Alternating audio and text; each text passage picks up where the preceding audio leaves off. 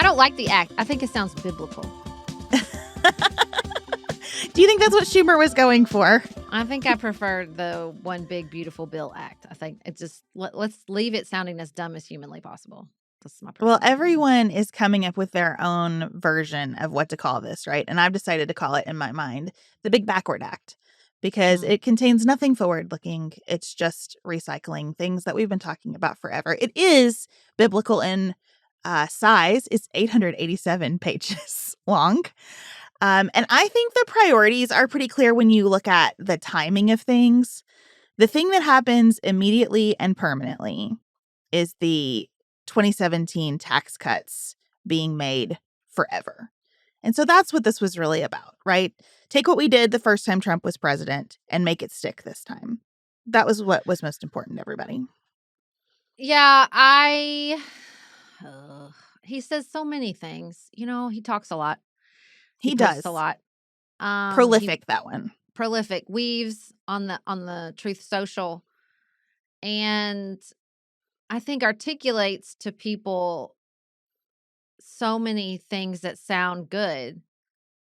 But really, when you look at what he does, what he did in the first term and what he is doing this term, the tax cuts to the richest Americans were and continue to be the top priority. And that has always been true of the Republican Party. If you want to talk about the party of Reagan and how we've left the party of Reagan behind, well, that's not really true, because the through line from the party of Reagan to MAGA is tax cuts for the richest Americans. So as I've been learning about this bill, I find myself thinking, I wish they would have just done this and stopped there. That's fine. If that is the truth of it, just let that be the truth of it. Why are we doing all the rest of this when they could just do this? And it wouldn't be great for the country. It certainly is bad for the debt and deficit. People like tax cuts, though, broadly speaking. I wish they would have just done this and stopped. I think that they're always a little bit running from the idea that Republicans just care about the rich. That's the narrative they're always trying to get out from underneath or obscure, because I do think that is the truth. Either it's through, populist anger, it's through culture wars, it's through fear mongering, but that's just smoke and mirrors for the top priority, which is tax cuts for the wealthiest Americans. But when you got to do all your legislating at once, because I kind of think they're done, right? Everybody's just, I'm already reading about 2028 candidates for the Republican Party, 2026 midterms. So I think I'm going to put a bow on it and say Congress is done. I don't know, Sarah. The Freedom Caucus members really believe they're going to get another crack at reconciliation to get all the things they actually wanted and they negotiated for to secure their votes for this bill. They didn't get it in this bill, but it's coming the next time. Okay. They've been promised. Okay. I wait with bated breath, just like I'm still waiting on the 90 deals over 90 days for the tariff pause. So I'll just keep waiting for that. Keep waiting. And peace, worldwide peace. There are lots of things that we're waiting for. I'm still waiting. So the main priority, the immediate permanent thing, is the tax cuts for the wealthiest Americans.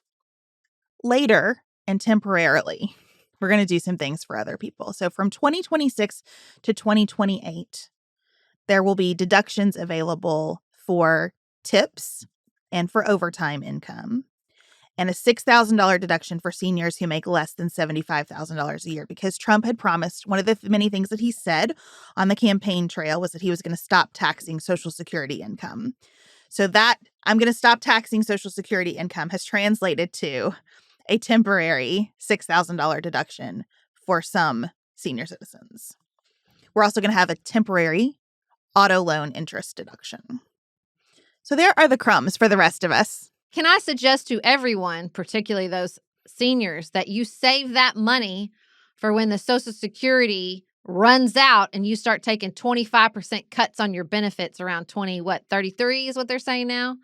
So maybe just save all those deductions over the 2 years you're going to get them. Well, that's kind of a theme here.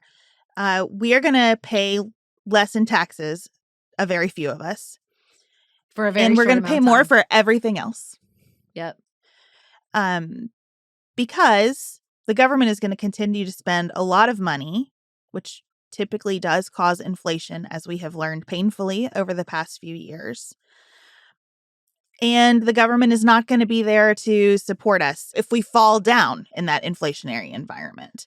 Now, those painful cuts are going to come sometime later, maybe when Democrats are in charge. I think there's this whole section of the bill that is just performance theater that even Republicans don't want to happen, but they want to say they're doing. So all of the things that you've heard about terrible, painful cuts to Medicaid are slated to start in 2026 and some in 2028. We might start to feel the effects of those sooner because hospitals and clinics have to plan. And if they're looking at that income drying up, we may see hospital closures. We may see services discontinued. But a lot of this is designed to put Democrats in a bind if and when they take power again, and not have Republicans be instantly blamed for the ways in which the government is bailing on people who are not the wealthiest Americans. So they have no way to pay for any of this. Even the Medicaid cuts that they were claiming they were going to use to pay for this are put off into the future, way into the future. I find it unlikely that most of these harshest cuts will even come to fruition. This happens all the time. They put the payoff in the future, and then it gets here and they go, JK, we don't want to do that either. Yep. So they're not paying for any of this. They are funding the military and border enforcement. So they are not doing anything to shore up the problems we know are coming with Social Security. They're not doing anything to prioritize the crisis with healthcare costs. And in the middle of devastating natural disasters across the country, they're not doing anything to shore up the funding for FEMA. In fact, they're trying to phase it out and leave state and local communities on their own. On their own. All the states' rights stuff is coming, apparently, with some actual muscle behind it to say, like, oh, no, we're leaving everything to you. Not just decisions about abortion rights, but the actual governance. The problem with that, of course, is that state and local governments can't print money. And they can bond out to a certain extent, but so many states have really strict restrictions as far as deficits and spending beyond their budgets. And so, like, this is not an easy fix. This is not just they can do it. Now, that bill is going to come due for the federal government either way. You know, bonds aside, the spending that we're doing on natural disasters is out of control. Just like the spending we're doing on health insurance is out of control. Just like I was reading that even the red and purple states that used to be paradises for home affordability are also going up 175%. Places like Houston, places like Dallas, the housing costs are shooting up there too. Do they care about any of this? Do they care about the actual problems presenting Americans in so many areas of their lives? Nope. No, they don't. Get the rich their tax cuts, and let's make sure and buy some more drones. Good. Yeah, that's what it is. I mean, the ideas in this bill are all backward looking. Cut taxes, spend more money on defense, $170 billion for border enforcement. Own the libs by cutting everything related to clean energy or efficiency even. This is the part I don't. And then cut benefits. I mean, they're all old ideas, and the very new future is here with all kinds of challenges, many of which you just listed, and there's nothing for the future. Nothing. I thought they liked to make money. I thought we were all making money off solar. Don't people like to make money? And again, in this through line from Ronald Reagan to Donald Trump, I just finished Ezra Klein and Derek Thompson's book, Abundance. They talk about how Reagan came in and decimated the solar industry. That was such a gift to China and Germany, which were like, okay, we'll do it. And they did the technology and they did the manufacturing, and we just got completely left behind. Our energy costs could be basically zero. We could be living in free energy now if Reagan hadn't put a dentist in charge of the Department of Energy. And what have we done? What have we done? He came in and did the same. We're getting our feet on us. The industry's growing. It's making a lot of money. The projections of how much energy we could get from renewables, particularly solar, have just been left in the dust. We were exceeding them. And what do? Nah, let's why would we do that? Let's go back. Let's go back to oil and gas, which are costing us so much, not just in money, but in the cost of air pollution, water pollution, climate change. It is mind-numbing. It is mind-numbing, these choices.